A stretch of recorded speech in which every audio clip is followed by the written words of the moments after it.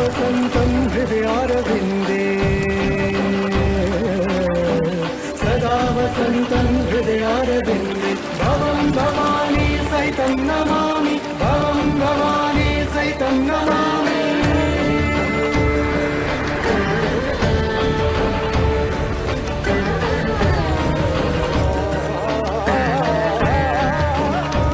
हर साल की भांति जहां हर साल की भांति इस साल भी 551 फीट कांवर का आयोजन अध्यक्ष शैलेंद्र कुमार जी ग्राम श्याम नगर के द्वारा किया गया है।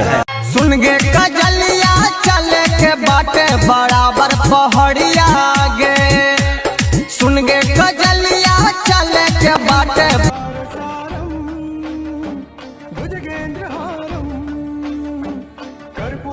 गेरुआ रंग के सड़िया गे, अगे कहमी त तोरा कीन देबो।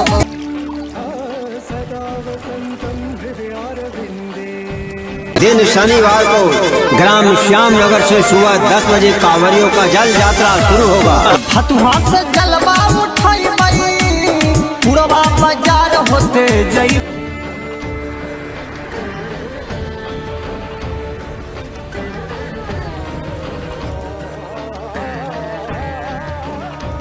हर साल की भांति जहां हर साल की भांति इस साल भी 551 फीट कांवर का आयोजन अध्यक्ष शैलेंद्र कुमार जी ग्राम श्याम नगर के द्वारा किया गया है। सुन गे कजलिया चले के बाटे बराबर पहाड़िया गे, सुन गे कजलिया चले के बाटे बराबर पहाड़िया गे, अगे कहमी त तोरा कीन देबो गेरुआ रंग के सड़िया।